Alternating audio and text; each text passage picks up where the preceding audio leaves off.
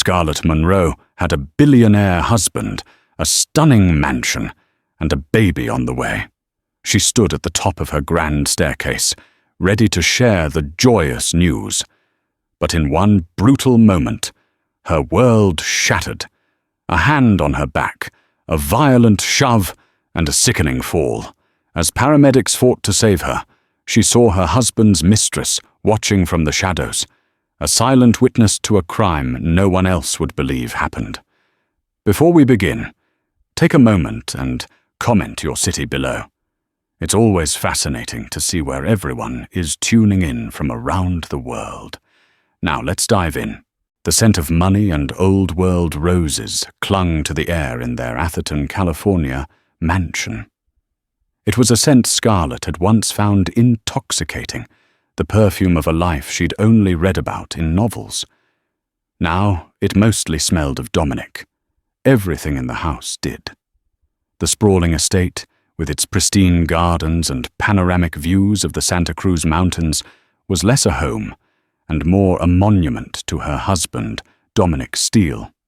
His taste, his ambition, his success was etched into every polished surface and hand-carved molding.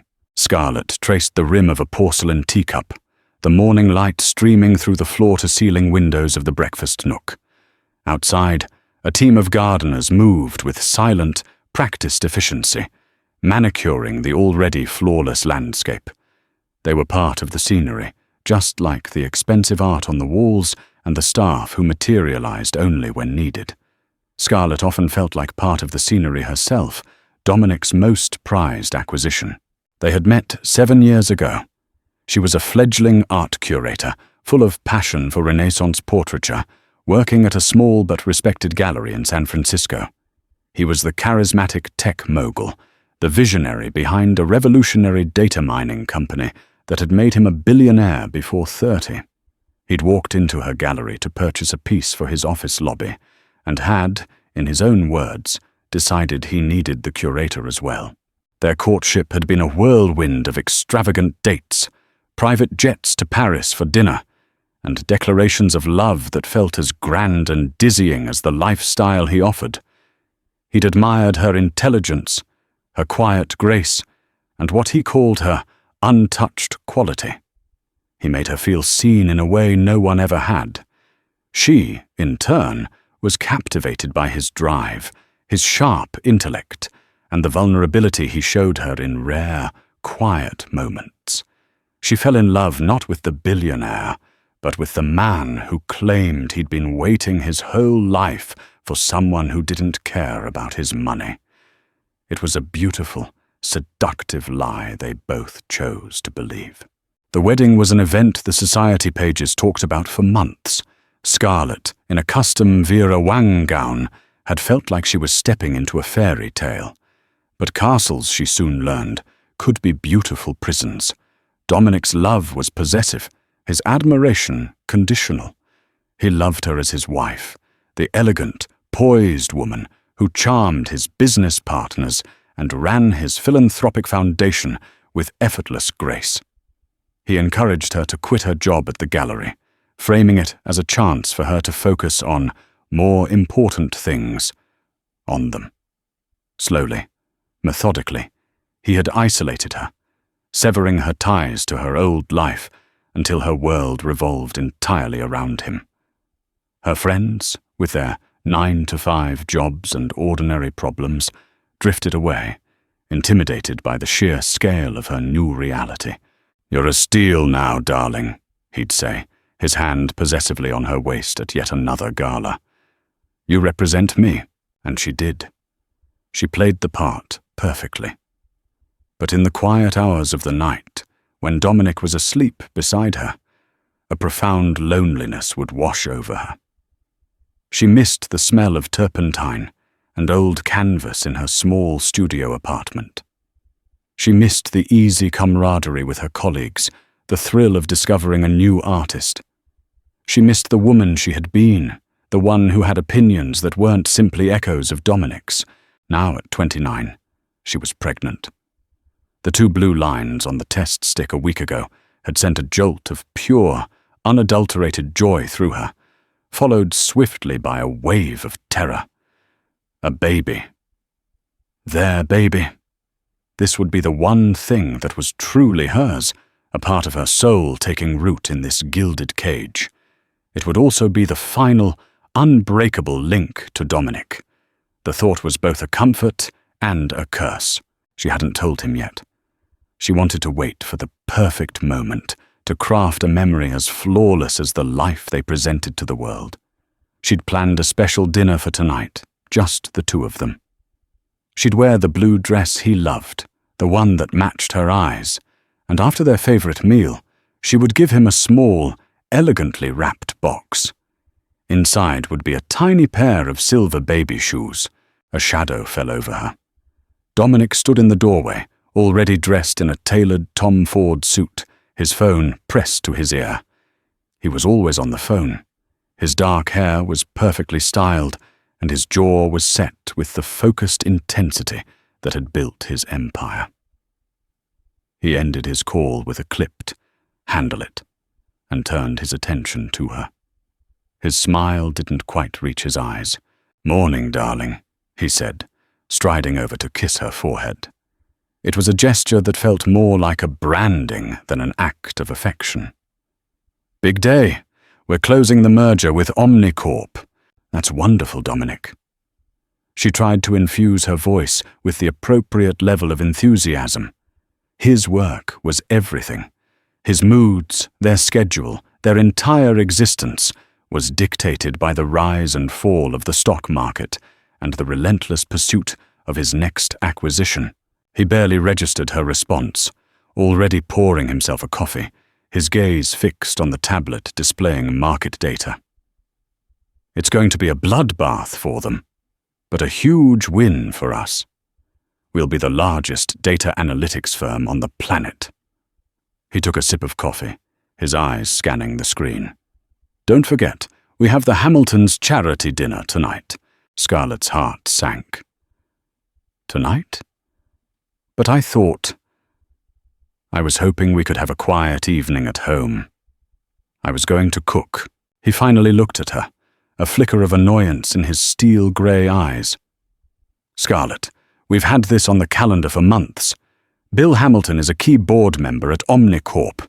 My presence tonight is non-negotiable. It's a victory lap." He softened his tone, reaching out to stroke her cheek. "We'll have a quiet night tomorrow, I promise." She nodded, the unspoken message clear. His plans were the only ones that mattered. Her little dinner, her carefully planned announcement, would have to wait. It always had to wait. "Of course," she said, forcing a smile.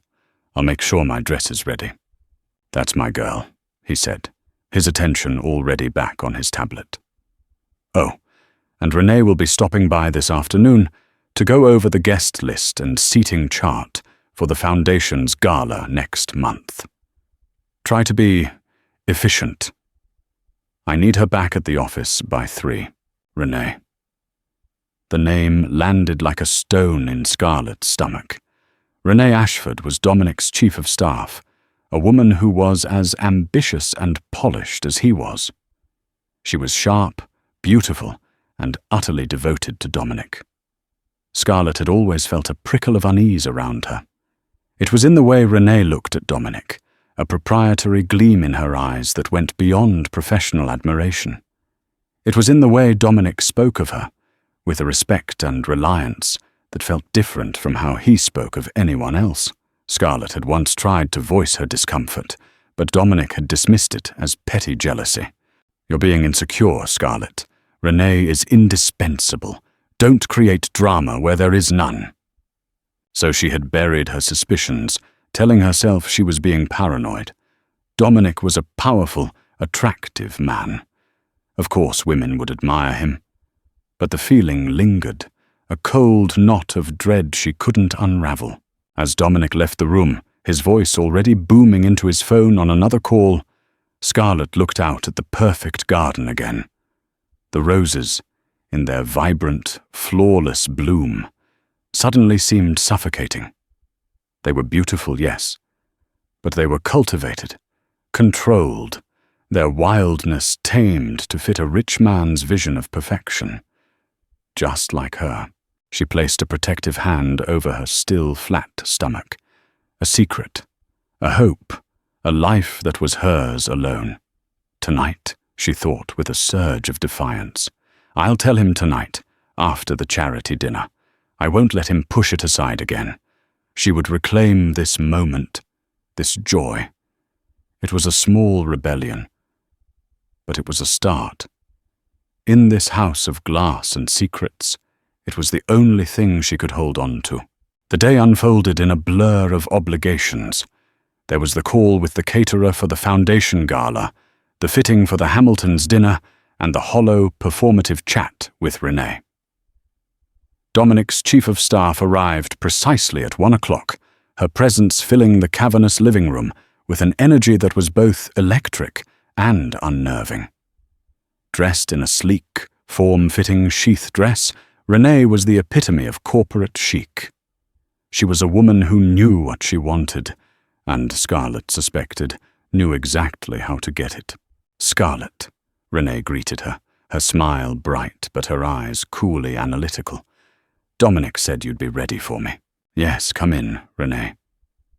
Scarlett led her to the large oak table in the library, the seating chart for the gala already spread out. For an hour, they spoke of table arrangements, donor sensitivities, and floral centerpieces. Renee was ruthlessly efficient, her comments sharp and insightful. She knew every major player, their allegiances, and their rivalries. She knew Dominic's world inside and out. Throughout their meeting, Scarlett felt like an outsider in her own home, a student being quizzed by the real master of the house. Renee's phone buzzed incessantly with messages that were clearly from Dominic. Her replies were swift, her thumbs flying across the screen with an intimacy that felt far too familiar. At one point, she laughed softly at a message, a private, knowing smile on her face. "Something funny?" Scarlett asked, her voice tighter than she intended. Renee looked up, her expression momentarily unguarded. "Oh, just Dominic. He's in a mood. The Omnicorp deal is making him playful." She quickly schooled her features back into a professional mask. "Right, so we'll place the mayor at table 3, away from the tech investors." "Good." The word playful echoed in Scarlett's mind. It wasn't a word she would use to describe her husband's business dealings. It suggested a level of familiarity, a shared secret language that excluded her completely. The cold knot of dread in her stomach tightened. By the time Renee left, Scarlett felt drained and agitated. The afternoon sun cast long shadows across the marble floors, and the house felt unnervingly silent.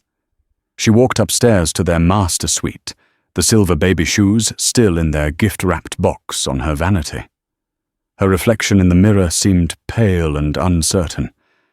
She put on the sapphire blue dress, a column of silk that Dominic had bought for her in Milan. It was beautiful, but it felt like a costume. Dominic came home just as the sun was setting, his face flushed with triumph. "We did it," he announced, shrugging off his jacket and loosening his tie. "We absolutely crushed them. The board folded on every one of our terms." He strode over to her, pulling her into a rough embrace. He smelled of expensive cologne and victory. "You look stunning, Scarlett. Absolutely perfect." He kissed her, but his mind was clearly elsewhere, still replaying the triumphs of his day. The charity dinner was a glittering affair held at a historic hotel in San Francisco.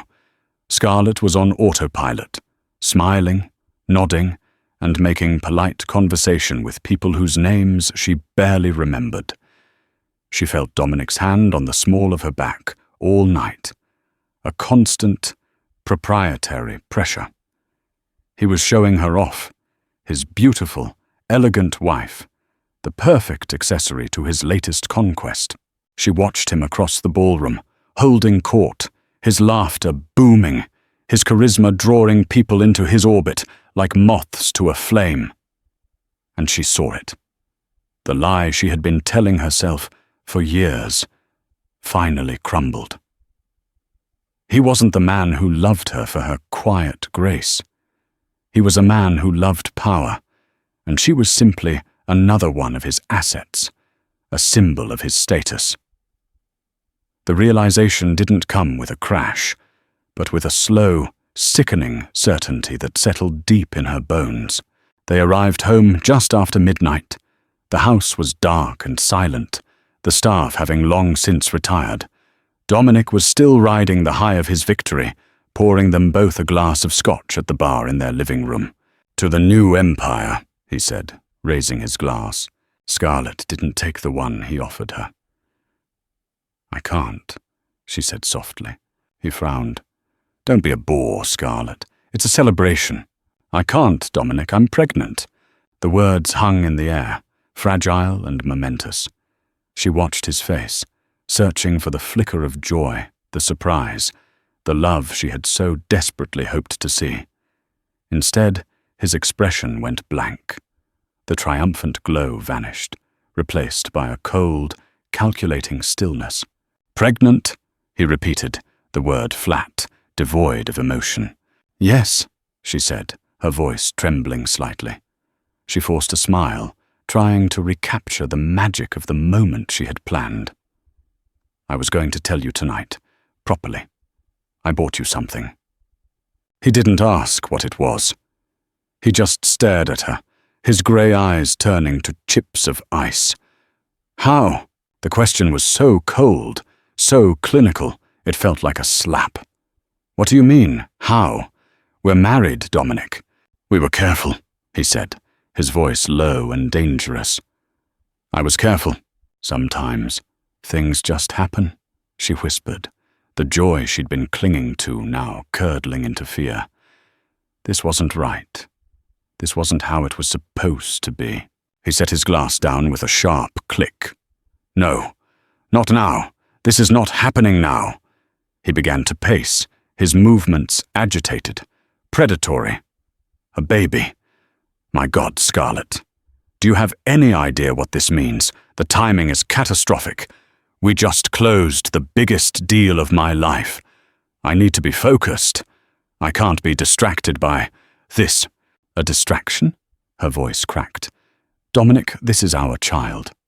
"It's a complication," he roared, his control finally snapping. "It's a complication I don't need." The cruelty of his words stole her breath. All the years of buried doubts, of feeling like a possession, coalesced into a single, horrifying truth. He didn't love her. He had never loved her. He had only loved the idea of her, the perfect wife who fit so seamlessly into his perfect life. A baby, a messy, demanding, unpredictable baby, didn't fit. Tears streamed down her face. "How can you say that?" "Because it's the truth," he shot back. "Your timing, as always, is impeccable." The sneer in his voice broke something inside her. The fear gave way to a surge of white-hot anger. "My timing? This is my life, Dominic.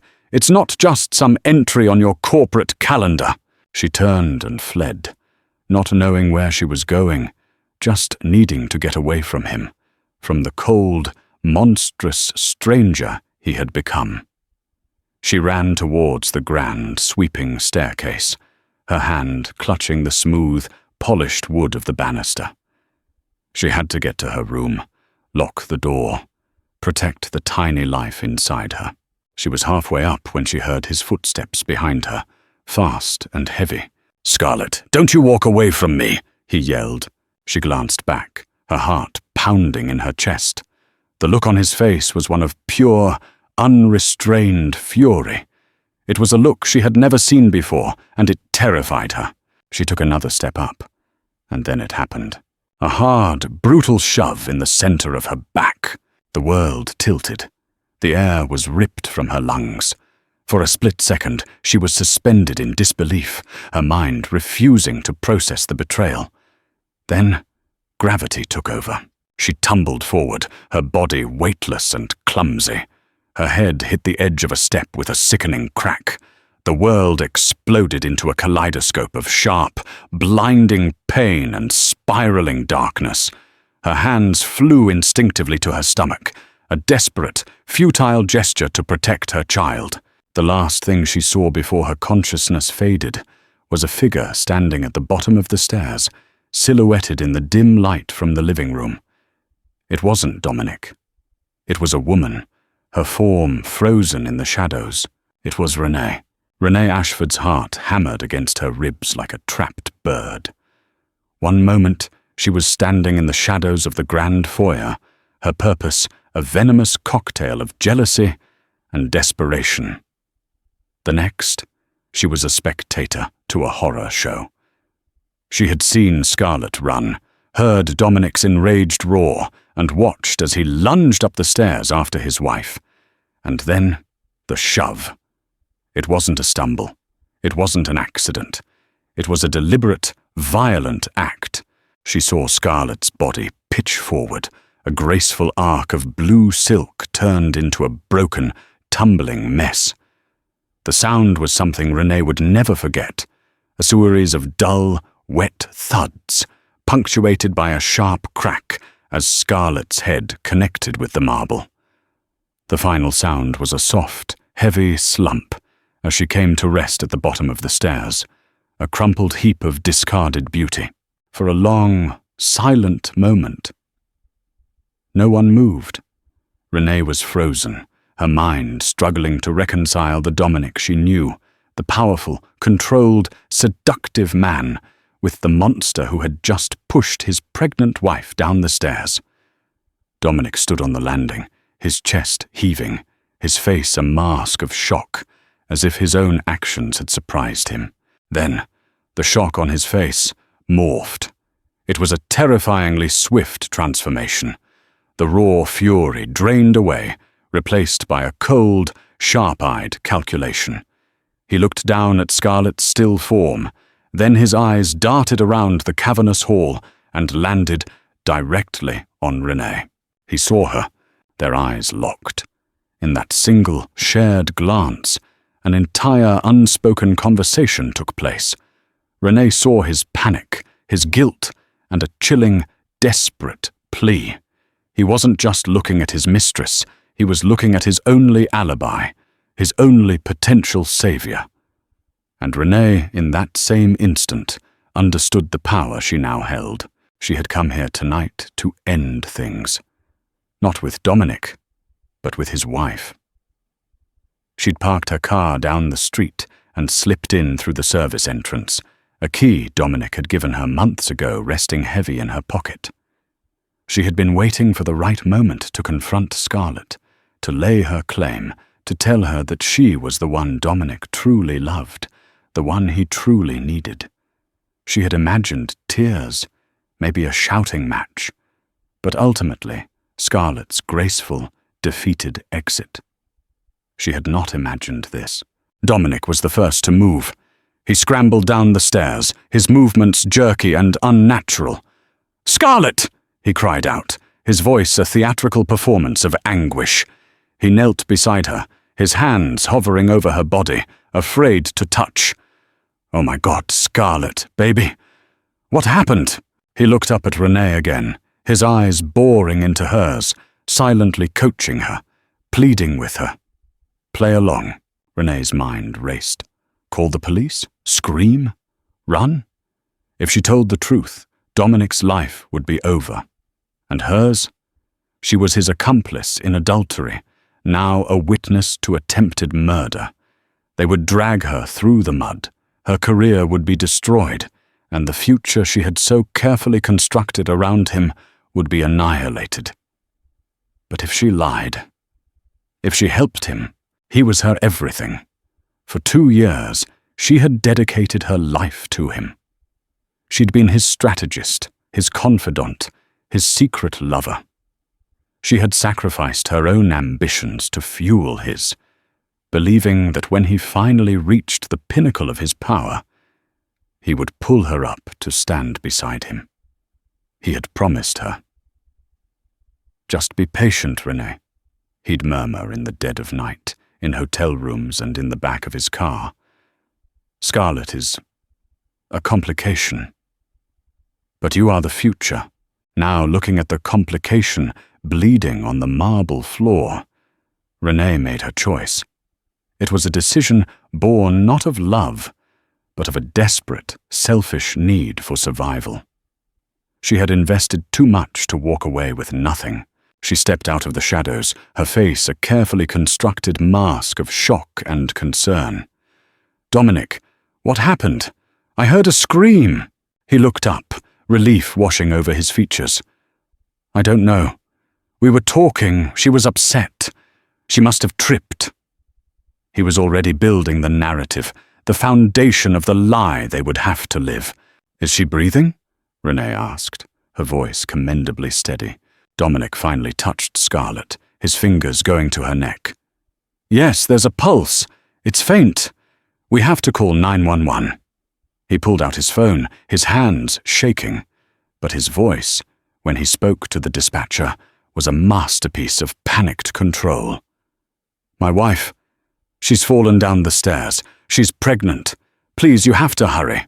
While he was on the phone, Renee knelt, her gaze sweeping over the scene. The blue silk of Scarlett's dress was rucked up around her thighs.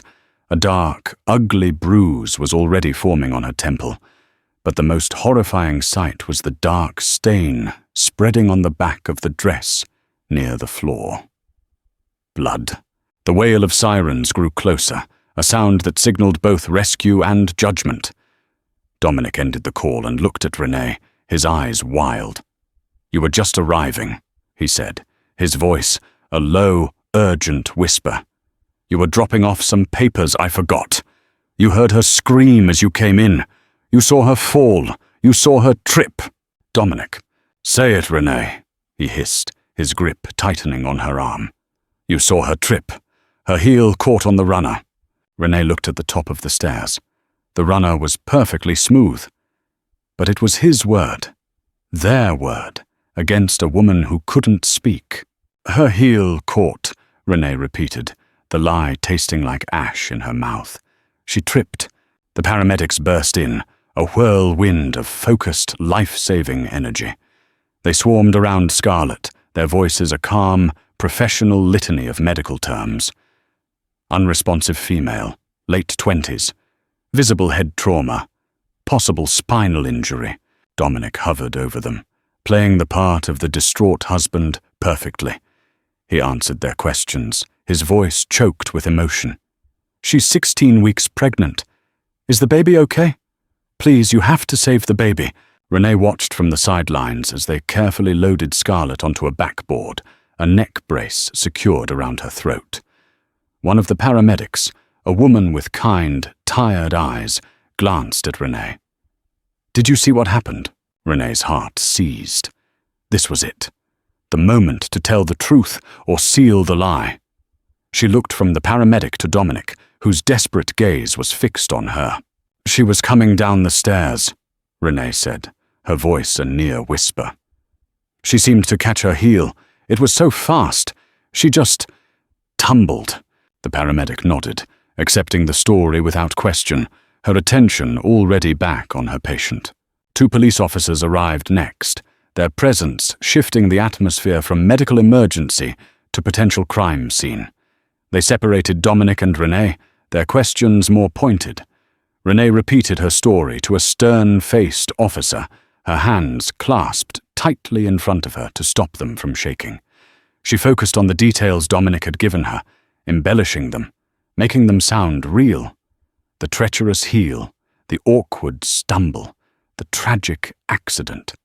With every word, the lie grew stronger, more solid, encasing the truth like concrete.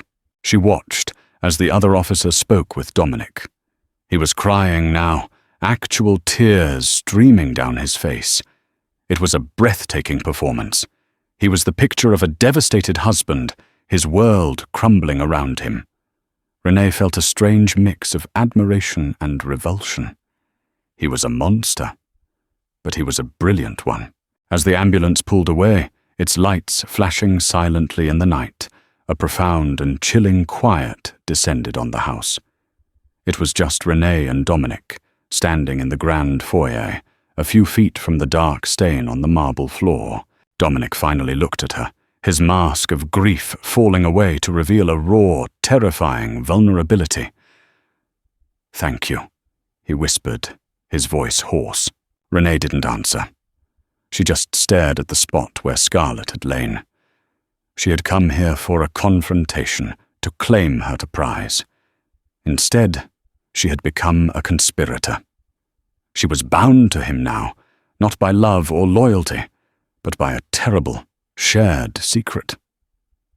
The power she thought she held was an illusion. In reality, she was just as trapped as the woman in the ambulance. The gilded cage had just expanded, and now it had 2 prisoners. Pain was the first thing to pierce the thick, suffocating fog. It was a dull, throbbing ache in her head, a chorus of sharp, protesting cries from every muscle in her body. Scarlett drifted in and out of consciousness, suspended in a disorienting limbo of beeping machines and hushed voices. Fragments of memory flickered at the edges of her mind like faulty projections. The scratchy feel of the stair runner, the scent of Dominic's cologne, the terrifying look in his eyes, the brutal impact. And then, a woman's silhouette in the darkness. When she finally opened her eyes, the world was a blurry wash of white. The sterile smell of antiseptic filled her nostrils, a stark contrast to the cloying scent of roses she was used to. A tube was taped to her hand, snaking up to a clear bag of fluid hanging from a metal pole. She was in a hospital. A wave of panic washed over her. The baby. She tried to sit up, a strangled cry escaping her lips as a searing pain shot through her back and head. A nurse rushed to her side, a kind-faced woman with warm hands. "Easy now, Mrs. Steele. You're safe. You had a bad fall." "My baby," Scarlett rasped, her throat raw. "Is my baby okay?" The nurse's kind expression faltered, replaced by a deep, professional sympathy. She squeezed Scarlett's hand gently. "The doctor will be in to speak with you shortly. Just try to rest." But Scarlett knew. She knew from the pity in the nurse's eyes, from the gentle way she avoided the question. A sob tore through her, a raw, animal sound of pure agony. The physical pain was nothing compared to the vast, hollow emptiness that opened up inside her. The tiny, secret hope she had nurtured, the one pure thing in her life, was gone. Extinguished before it ever had a chance to burn bright. Dominic wasn't there. In the hours that followed, as doctors came and went, speaking in low, somber tones about concussions, severe bruising, and hairline fractures, her husband was conspicuously absent. They told her he had been there earlier, frantic with worry, but had been sent home to rest. The story sounded plausible, but Scarlett knew him. Dominic didn't rest, especially not when there was a crisis to manage. He would be at the center of it, controlling the narrative, ensuring his image remained untarnished. The lie was already in motion. She could feel it. They all spoke of the accident, a tragic, unfortunate slip. Her mind, however, kept replaying the moment on the stairs, the pressure on her back. It wasn't a slip. It was a push. Later that afternoon, a man in a rumpled suit appeared at her door. He wasn't a doctor. He had the weary, observant eyes of someone who had seen the worst of human nature. "Mrs. Steele, I'm Detective Grant Lawson, San Mateo County Sheriff's Office." He flashed a badge, his voice calm and steady. "I know this is a terrible time, but I need to ask you a few questions about your fall, just for the official report." Scarlett stared at him, her mind still hazy from the pain and medication. "Report? Standard procedure for a domestic accident of this severity," he explained, pulling up a chair. He didn't take out a notepad, which she found strange. He just watched her, his gaze patient and unnervingly perceptive. "Your husband and his chief of staff, Miss Ashford, already gave us their statements. They said you seemed to catch your heel on the stair runner and lost your balance. There it was. The official story. Neat, tidy, and utterly false. Renee was there. The silhouette in the darkness. She hadn't been a figment of her imagination. She had been a witness, and she had lied for him. The betrayal was a fresh stab of pain, sharp and deep. They both said it was a terrible accident, Detective Lawson continued, his eyes never leaving hers. Is that how you remember it, Mrs. Steele? Scarlett looked down at her hands, lying limp on the starchy white blanket. A war raged within her. If she told the truth, what would happen? Who would believe her? Dominic Steele was a pillar of the community, a charismatic billionaire, beloved by the press and politicians alike. She was his fragile, emotional wife. It would be her word against his and Renee's. He would paint her as unstable, hysterical, vindictive. He would destroy her, but the image of his face, twisted in fury, was burned into her memory. The feeling of his hand on her back was a phantom sensation she could still feel, and the empty, aching void where her baby had been, that demanded the truth. No, she whispered, the word barely audible. Detective Lawson leaned forward slightly, his interest piqued. No, it wasn't an accident. The words grew stronger as she spoke them, fueled by a nascent, trembling rage. He pushed me. The detective's expression didn't change, but she saw a flicker of something in his eyes. Confirmation, perhaps. He had suspected it. Your husband pushed you? He asked, his tone even. We were arguing, she said, tears welling in her eyes again. I told him I was pregnant. He wasn't happy. He called the baby a complication. I ran from him. He followed me up the stairs. He yelled at me, and then he pushed me. She recounted the entire horrifying sequence, her voice breaking with sobs. She told him about Renee, standing at the bottom of the stairs, watching. When she finished, she was exhausted, her body trembling. Detective Lawson remained silent for a long moment, letting her compose herself. He finally reached into his jacket and pulled out a small, official-looking notepad and a pen. Mrs. Steele, he said, his voice gentle but firm. What you're alleging is a very serious crime. Attempted murder and feticide. Your husband's story, corroborated by an eyewitness, is that you tripped. It will be their word against yours. But it's the truth, she insisted, her voice pleading. I believe you, he said simply. The words were a lifeline. In a world that had been turned upside down, where truth and lies were twisted and manipulated, this stranger, this rumpled detective, believed her. It was the first glimmer of hope she'd had.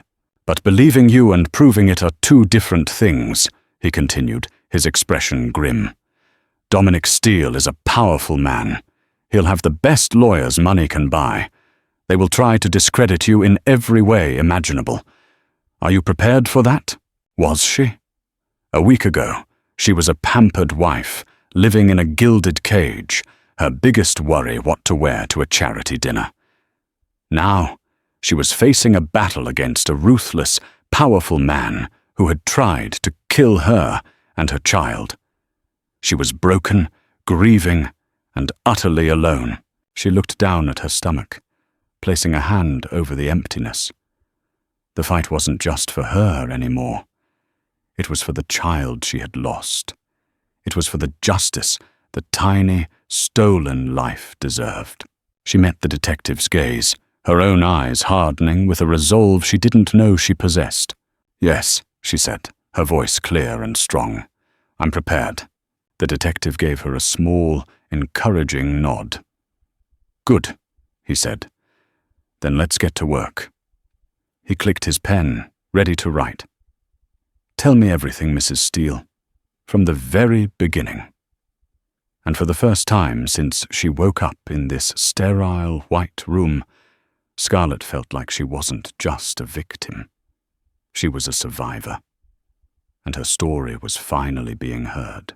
Detective Grant Lawson drove away from the hospital with a familiar, bitter taste in his mouth. It was the taste of a case that was both righteous and nearly impossible. He'd been a cop for 20 years, and he'd developed a finely tuned instinct for lies. Dominic Steele's story, with its smooth, polished edges and the convenient corroboration from his chief of staff, had felt all wrong.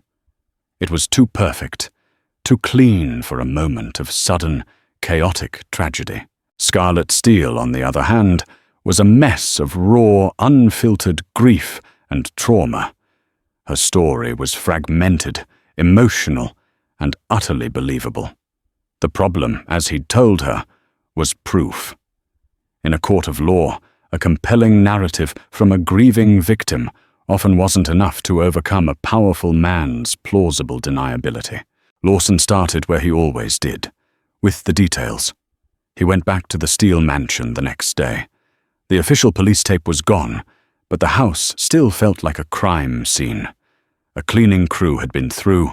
The dark stain on the marble was gone, scrubbed clean. An attempt to erase the evidence, Lawson thought grimly. He walked the path Scarlett had taken, from the living room to the grand staircase. He stood on the step where she'd fallen, looking up at the spot where Dominic would have been. He noted the lack of any scuff marks, any sign of a struggle. Steele was smart. Or lucky. His first formal interview was with Dominic. They met in the library of the mansion, the same room where Renee and Scarlett had discussed gala seating charts just days before. Dominic was dressed in somber grey, his face etched with lines of concern. He'd hired a lawyer, of course, a high-powered, pinstriped shark named Marcus Thorne, who sat in on the interview, his presence a silent warning. "Detective, I've already told the officers everything," Dominic began, his voice heavy with sorrow. "It was a tragic, horrific accident. My wife, she's not herself right now. The trauma, the loss of our child, it's unimaginable." "She's alleging something very different, Mr. Steele," Lawson said, keeping his tone neutral. "She's alleging that you pushed her." Dominic looked genuinely shocked. He glanced at his lawyer, then back at Lawson, his eyes wide with disbelief. "Pushed her? My God, why would I do that? I loved her. I loved our baby." It was a masterful performance. "She said you were arguing," Lawson pressed. "That you weren't happy about the pregnancy. That's absurd," Dominic scoffed, shaking his head. "We were thrilled. A bit surprised, yes, but thrilled. Any argument we had was just normal married couple stuff. Stress from work, nothing more." "She mentioned your merger with Omnicorp," Lawson said, watching Dominic's face for any reaction. "She said you called the baby a complication." For the first time, a flicker of something, annoyance, anger, crossed Dominic's face before being quickly suppressed. "She must have misunderstood. I was talking about the merger, the complications involved in the final stages. My wife is sensitive. She sometimes misinterprets things, especially when she's emotional." The narrative was clear. Scarlett was unstable, emotional, unreliable. It was a classic, textbook defense. Lawson knew he wouldn't get anything more from Dominic today. His next target was Renee Ashford. He interviewed her at the sheriff's department, away from Dominic's influence. She arrived looking poised and professional, but Lawson could see the tension in her jaw, the slight tremor in her hands as she clasped them on the table. She repeated her story, her voice steady, her gaze unwavering. "I was dropping off some documents. I heard a scream. I saw Scarlett at the top of the stairs, and then she just fell. It looked like her heel twisted." "You're sure that's what you saw?" Lawson asked, leaning forward. "You're sure you didn't see Mr. Steele on the stairs with her?" "No," she said, her voice firm. Dominic was downstairs. He cried out her name and ran to her after she fell. It was a small but significant deviation from Dominic's own story. Dominic had claimed to be on the stairs behind Scarlett. Renee was placing him downstairs. It was a tiny crack in the foundation of their lie. But it was a crack nonetheless. "You have a close relationship with Mr. Steele," Lawson stated, not as a question. "He's my boss," she replied coolly. "That's all?" Renee's eyes flashed. "I'm his chief of staff. I've worked for him for 5 years. I'm loyal to him and to the company." "That's all." Lawson let the silence hang in the air. He knew she was lying. He didn't have proof of the affair, but he could feel it. It was the missing piece, the motive for her loyalty. He decided to change tactics. He started digging into Dominic Steele's life, not as a husband, but as a businessman. He pulled financial records, shareholder reports, and press clippings. The Omnicorp merger was, as Dominic had claimed, the biggest deal of his career. It was set to make him one of the most powerful men in Silicon Valley. But Lawson also found something else, buried in the fine print of the deal's preliminary filings, a morality clause. It was a standard feature in many high-level corporate agreements, designed to protect the new entity from any scandal involving its key executives. A messy, public divorce, an accusation of domestic violence, any of it could jeopardize the merger, potentially costing Dominic billions. And then he found the prenup. Scarlett had mentioned it, and her lawyer, a young but sharp woman named Olivia, had provided a copy.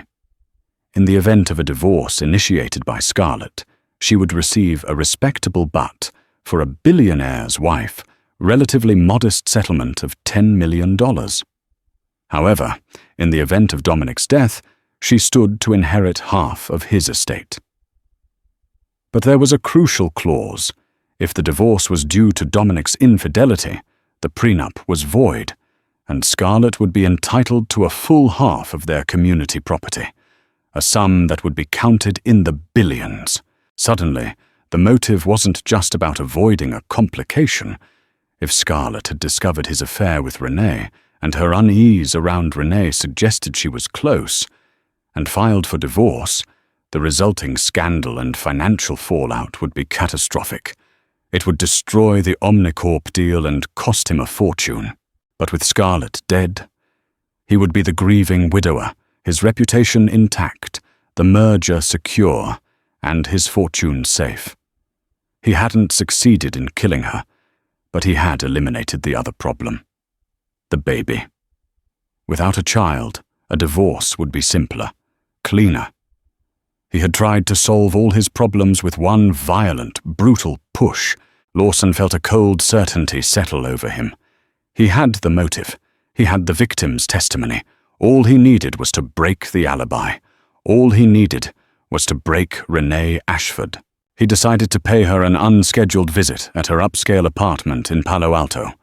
He found her just as she was getting home from work, looking exhausted and frayed. "Ms. Ashford, we need to talk," he said, holding up his badge. "I've already given my statement," she said, her voice weary. "Statements can be amended," he said, his gaze intense. "I know you're lying, Renee. I know you and Dominic are having an affair. And I know that what happened on those stairs was not an accident." He saw the flicker of panic in her eyes. "That's ridiculous. Is it? Or is it ridiculous that you're willing to throw your life away to protect a man who tried to murder his wife in front of you?"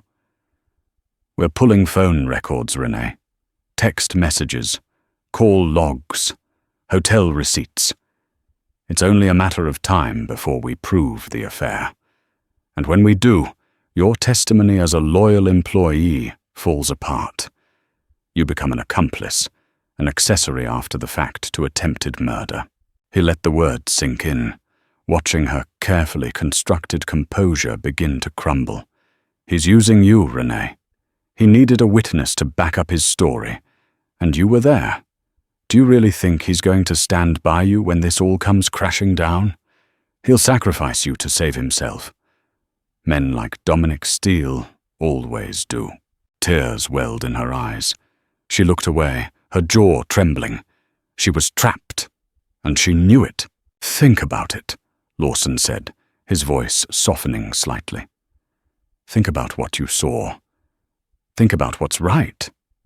Scarlett Steele is lying in a hospital bed, having lost her child, while the man who did it is preparing to celebrate the biggest deal of his life. Is that the side you want to be on?" He handed her his card. "When you're ready to tell the truth, you call me. But don't wait too long. My offer to see you as a witness, and not a defendant, has an expiration date."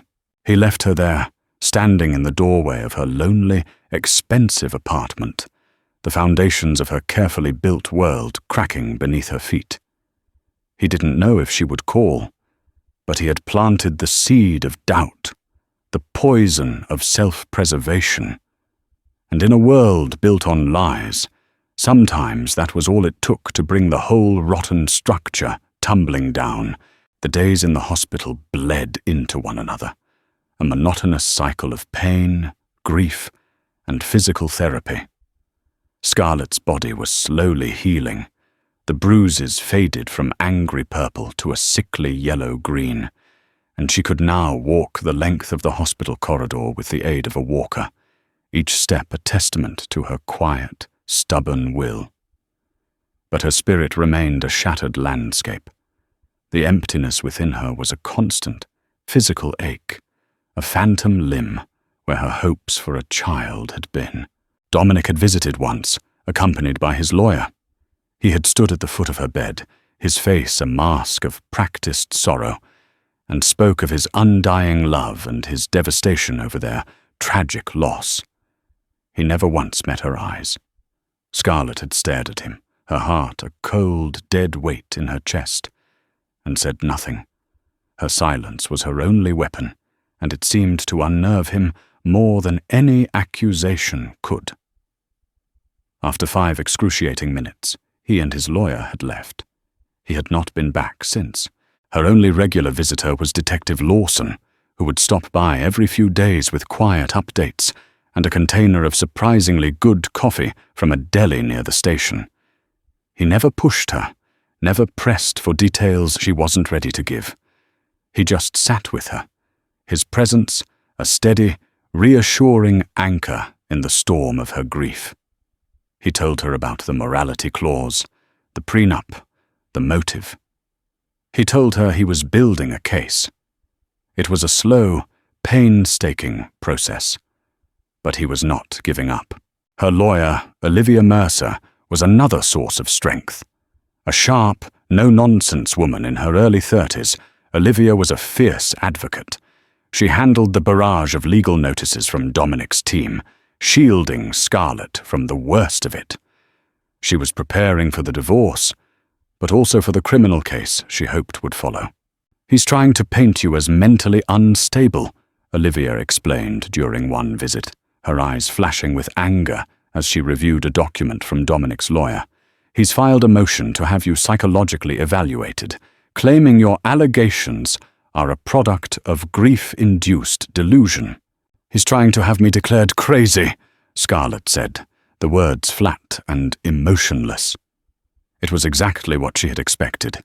"We'll fight it," Olivia said, her voice fierce. "And we'll win. You are the most sane person in this situation, Scarlett. You're a survivor." The word survivor felt wrong. She felt like a ghost, haunting the ruins of her own life. She had lost everything: her baby, her husband, her home, her identity. Who was Scarlett Steele without Dominic? For 7 years, her life had been defined by him.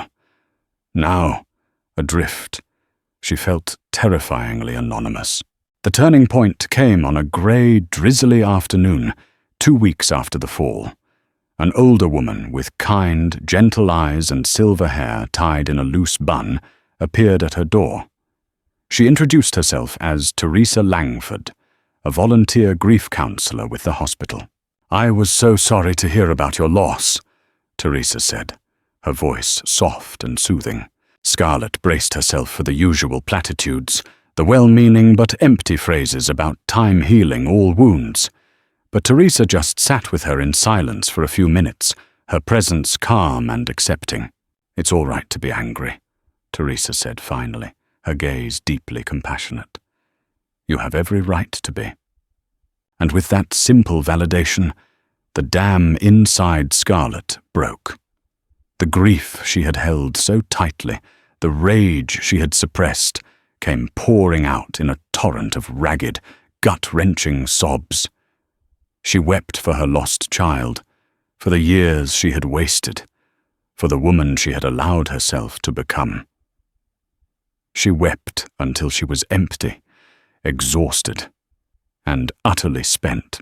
Teresa just sat there, holding her hand, a silent, steady presence, until the storm passed. "He took everything from me," Scarlett whispered, her voice hoarse. "No, my dear," Teresa said gently. "He took a great deal, but he did not take everything. He did not take your strength. You just haven't realized how much of it you have yet." Over the next few weeks, Scarlett met with Teresa every day. They talked for hours. Scarlett spoke of her dreams of being a curator, the passion for art she had buried under layers of social obligations and wifely duties. She spoke of the loneliness of her gilded cage, the slow, insidious erosion of her sense of self. Teresa listened, not as a therapist analyzing a patient, but as a wise woman guiding a younger one back to herself. It was Teresa who suggested she start drawing again. At first, Scarlett resisted. Her hands felt clumsy, her mind blank. But she picked up the charcoal pencil and sketchbook Teresa brought her, and she began to draw. She didn't draw the pretty flowers in the vase by her bed or the view from her window. She drew the fall. She drew the jagged, spiraling darkness, the splintering of light. She drew the terror on her own face, the cold fury on Dominic's. Her drawings were raw, chaotic, and visceral. They were the visual language of her trauma, and with each stroke of charcoal, she felt a small piece of her power returning. She was no longer just the victim of the story. She was its narrator. The day she was discharged from the hospital, she didn't go back to the Atherton mansion. Olivia had arranged for her to stay in a quiet, discreet serviced apartment in the city, funded by a trust her parents had left her. Walking into the small, anonymous space felt like taking her first breath of clean air after years of breathing something toxic. It was sparse, impersonal, but it was hers. That evening, Detective Lawson called. "I have something, Scarlett," he said, his voice tight with controlled excitement. "Renee Ashford. She's agreed to talk." A jolt went through her. Renee, the watcher in the shadows, the woman who held the key to her husband's guilt. "She's not confessing," Lawson cautioned. "Not yet. She's scared. She's agreed to a formal deposition, with her lawyer present. Dominic's team is fighting it, of course, but the judge has approved it. This could be it, Scarlett. This could be the break we need." Hanging up the phone, Scarlett walked over to the large window of her new apartment. The city lights glittered below, a sprawling galaxy of unknown possibilities.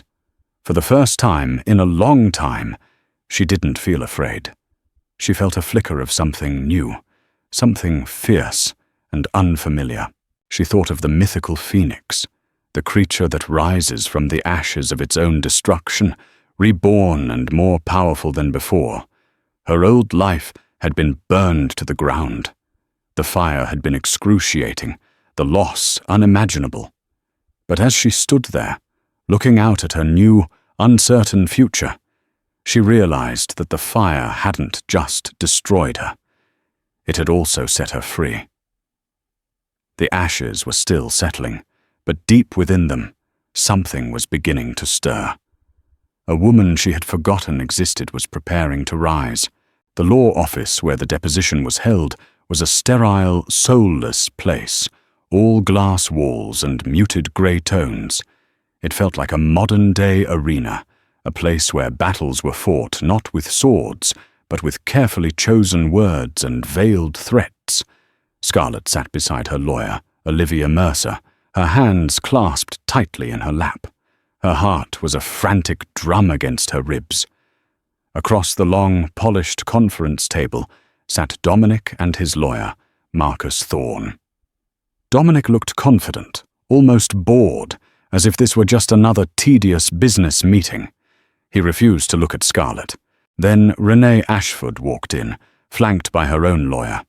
She was pale and drawn, the sharp, confident edges of her personality seemingly worn away. She looked like she hadn't slept in weeks. She avoided looking at either Dominic or Scarlett, her gaze fixed on a point on the far wall. She was a woman caught in an impossible position, and the strain was etched on every feature of her face. The deposition began, a slow, methodical process of questions and answers, all recorded by a court stenographer. Olivia questioned Renee first, her voice calm and precise. She started with the basics: Renee's role at the company, the length of her employment, the nature of her duties. Renee's answers were clipped, rehearsed. Then Olivia began to circle closer to the truth. Ms. Ashford, would you describe your relationship with Mr. Steele as purely professional? Renee's lawyer immediately objected. Relevance? It speaks to the witness's potential bias, Olivia countered smoothly. The judge overseeing the deposition, a stern-faced woman on a video screen, overruled the objection. Renee hesitated, her gaze flickering towards Dominic for a fraction of a second. Scarlett saw the look that passed between them. A silent command from him, a flash of fear from her. He is my boss and my mentor, Renee said, her voice tight. I have a great deal of respect for him. Olivia didn't push. Not yet. She moved on to the night of the fall. Renee recounted the official story, the one she had given to the police, the one they had all rehearsed, the dropped-off papers, the scream, the tragic tumble. So you're saying you saw Mrs. Steele trip? Olivia asked. Yes, her heel seemed to catch on the runner. And where was Mr. Steele at this moment? He was downstairs in the foyer. He cried out and ran to her after she fell. It was the same lie she had told Detective Lawson, the same crack in the story. Olivia seized on it. She had the transcript from Dominic's initial police interview. That's interesting, Olivia said, her voice deceptively casual. Because in his initial statement to the police, Mr. Steele claimed he was on the stairs behind his wife when she fell. He said he tried to catch her. Your accounts don't match, Miss Ashford. Renee's composure faltered. She licked her lips, her eyes darting nervously around the room. It was a chaotic scene. I may have misremembered the exact sequence of events. Marcus Thorne, Dominic's lawyer, leaned forward. The witness has already stated the events were traumatic and fast-moving. Minor discrepancies in recollection are to be expected, but the damage was done. The first, undeniable lie was now on the record. Olivia continued, her questions relentless, chipping away at Renee's story, highlighting inconsistencies, questioning her motives. With every answer, Renee seemed to shrink, the weight of her deception pressing down on her. Then it was Marcus Thorne's turn to question Renee. His goal was simple, to reinforce the official story and discredit Scarlett. His questions to Renee were gentle, leading, designed to portray her as a loyal employee caught in a tragic situation. Finally, he turned his attention to Scarlett, though his questions were still directed at Renee. Ms. Ashford, in your time working for Mr. Steele, have you ever witnessed Mrs. Steele behaving in an emotionally volatile or unstable manner? Objection, Olivia snapped. Counsel is attempting to slander my client. Overruled, the judge said. The witness will answer the question. Renee hesitated again, this time for a longer moment. Scarlett could see the internal struggle on her face. This was her chance to align herself fully with Dominic, to bury Scarlett under a mountain of lies. She looked at Dominic, who gave her a slight, almost imperceptible nod.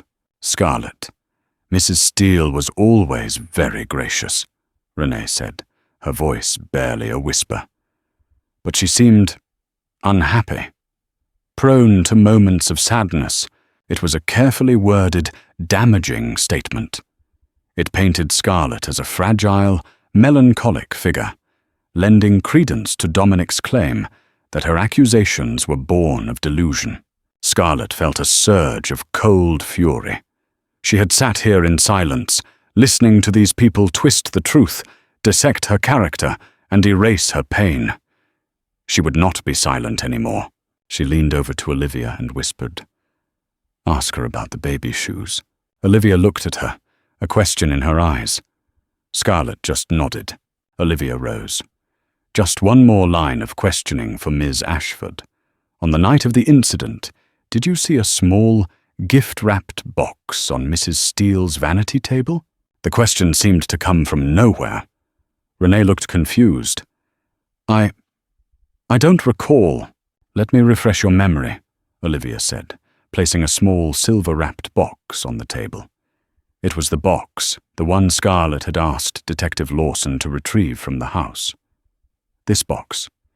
Inside are a pair of silver baby shoes. Mrs. Steele had planned to give them to her husband that night to announce her pregnancy. "Are you saying you never saw this box, Miss Ashford?" Renee stared at the box as if it were a snake. Scarlett watched her, and she also watched Dominic. His mask of calm indifference had slipped. His jaw was clenched, his knuckles white where he gripped his pen. He knew what was coming. "And Miss Ashford," Olivia's voice was like ice, "were you aware that Dominic Steele had a vasectomy 2 years ago, a fact he failed to disclose to his wife?" The room went utterly still. Scarlett felt the collective shock like a physical blow. She looked at Dominic, whose face had drained of all color. He stared at Renee, his expression a mixture of fury and panic. Renee's carefully constructed facade shattered. A choked sob escaped her lips. The affair was one thing, but this was a level of deception, of cold, calculated cruelty that was staggering. Dominic hadn't just been unhappy about the pregnancy. He had known, with absolute certainty, that the baby could not be his. "Renee," Dominic said, his voice a low warning. But it was too late. The truth, once unleashed, has a momentum all its own. Renee looked at Scarlett, her eyes swimming with tears. For the first time, she saw not a rival, but another woman betrayed by the same man. She saw the pain, the loss, the quiet strength. And in that moment, her own self-preservation was overwhelmed by a sudden, desperate need for redemption. "He knew," Renee whispered, her voice trembling. When Scarlett told him she was pregnant, he accused her. He said she had cheated on him. He called her names. He was enraged. "Objection!" Thorne roared, jumping to his feet. "And what happened then, Miss Ashford?" Olivia pressed, her voice ringing with authority. Renee's gaze was fixed on Scarlett, her voice gaining strength with every word of truth. She ran. He went after her. I heard him yell, "You will not ruin me." And then I saw him. He was right behind her on the stairs. He put his hands on her back, and he pushed her. He pushed her with all his strength. A collective gasp filled the room. Dominic lunged forward, his face a mask of pure hatred. "You lying bitch!" he screamed. Thorne and a security guard restrained him as he struggled, his expensive suit rumpled, his dignity gone, his true, monstrous self finally revealed for all to see. Scarlett just sat there, tears streaming down her face. They were not tears of sadness, but of vindication. The truth was out. It was ugly, it was brutal, but it was real, and it was, finally, free. In the sterile, soulless arena, amidst the wreckage of 3 lives, the battle had been won. The deposition was the breaking point. Renee's confession, a dramatic and undeniable account of the truth, sent shockwaves through the legal proceedings, and soon after, the public. With a credible witness now corroborating Scarlett's story, the district attorney's office moved swiftly. Dominic Steele, the untouchable titan of tech, was arrested and charged with attempted murder, aggravated assault, and feticide. The trial was a media circus. Reporters and television crews camped outside the courthouse, their cameras hungry for every scrap of the salacious story. The billionaire, the wife, the mistress, the secret vasectomy. Inside the courtroom, the drama was more subdued, but infinitely more intense. Scarlett had to testify. It was the hardest thing she had ever done. Sitting in the witness box, she faced Dominic, who stared at her with cold, dead eyes, his expression devoid of any remorse. With Olivia by her side, Scarlett told her story, her voice quiet but unwavering. She spoke of their life together, of the gilded cage, of her excitement about the baby, and of the horrifying moment on the stairs. She did not cry. Her testimony was delivered with a calm, chilling precision that left the courtroom in stunned silence. Dominic's defense team, led by Marcus Thorne, tried to tear her apart on cross-examination. They brought up her moments of sadness, her emotional nature, and tried to paint her as a scorned woman seeking revenge.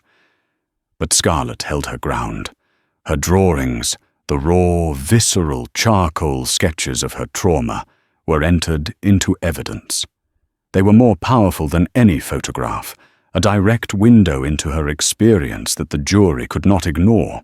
The most damning testimony, however, came from Renee. On the stand, she was a shadow of her former self. The sharp suits and confident ambition were gone, replaced by a quiet, somber humility. She recounted the affair, Dominic's manipulations, and the events of that night in painstaking detail. She wept as she described the shove, her voice breaking as she admitted her own cowardice in lying to the police. "Why did you lie?" the prosecutor asked. "I was afraid," Renee said, looking at the jury, her eyes pleading for understanding. "And I was a fool. I believed his promises. I thought I was protecting my future, but I was just helping a monster bury his crimes." Dominic's fate was sealed. The jury took less than a day to find him guilty on all counts. The judge, citing the extreme cruelty and lack of remorse shown by the defendant, sentenced him to life in prison, with the possibility of parole in 25 years. As he was led away in handcuffs, his face was a blank mask of disbelief. The man who had controlled everything had finally lost control of his own destiny. The end of the trial did not bring Scarlett the triumphant joy she might have expected. It brought a quiet, profound sense of peace. Justice had been served, not just for her, but for the child she never got to hold. In the months that followed, Scarlett began to build a new life, piece by piece. She finalized her divorce from Dominic, taking control of the assets she was rightfully owed. But she didn't stay in the world of galas and mansions. She sold the Atherton estate, the monument to a life that was never truly hers. The proceeds went into a new foundation she established, one dedicated to supporting women and children who were victims of domestic abuse, the Phoenix Foundation. She went back to school, finishing her master's degree in art history. She bought a modest but beautiful loft in the city, a space filled with light, books, and the smell of oil paint and canvas. She started painting again, not just her trauma, but her hope.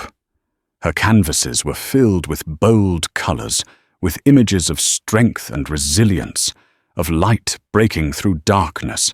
One afternoon, she received a letter. It was from Renee. She had been given a reduced sentence for her cooperation and was serving 2 years in a low-security facility. The letter was a long, heartfelt apology. She took full responsibility for her actions, for the affair, for the lies. She did not ask for forgiveness. She only wanted Scarlett to know the depth of her regret. "I know that sorry is a meaningless word after what I've done," Renee wrote. "But I want you to know that testifying was the only decent thing I have ever done in my life.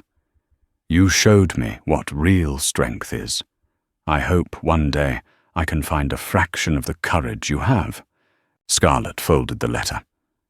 She wasn't sure if she could ever forgive Renee, but she understood her. They were two different women, from two different worlds, who had been drawn into the destructive orbit of the same man. In a strange, tragic way, their stories would forever be intertwined. She hoped that Renee, too, would find a way to rise from her own ashes. A year after the trial, Scarlett held the first exhibition of her work. The gallery was packed. Her paintings, a collection she titled The Gilded Cage, were a raw, powerful exploration of her journey. Detective Lawson was there, looking proud, and Olivia, who had become a close friend. As she stood amongst her art, talking to people who were moved by her story and her talent, she felt a sense of wholeness she hadn't felt in years. She was no longer Scarlett Steele, the billionaire's wife. She was Scarlett Munro, the artist, the survivor, the phoenix. Her life was not a fairy tale. The scars of her past would always be a part of her, a reminder of the darkness she had endured. But they were no longer open wounds. They were proof of her resilience. She had walked through fire and emerged, not unscathed, but transformed.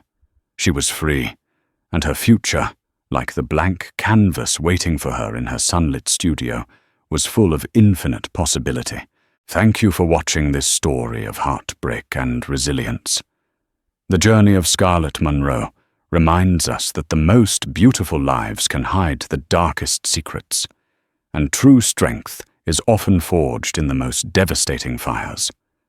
It's a story about the fight for truth in a world of lies, and the incredible power of the human spirit to rise from the ashes. If this story touched your heart, please give this video a like and share it with someone who appreciates powerful, real-life drama. Don't forget to subscribe to our channel and hit the notification bell so you never miss our next story. We're dedicated to bringing you the most compelling, emotional, and unforgettable narratives. What part of Scarlett's journey resonated with you the most? Let us know in the comments below. We read every single one. Thank you for being part of our community.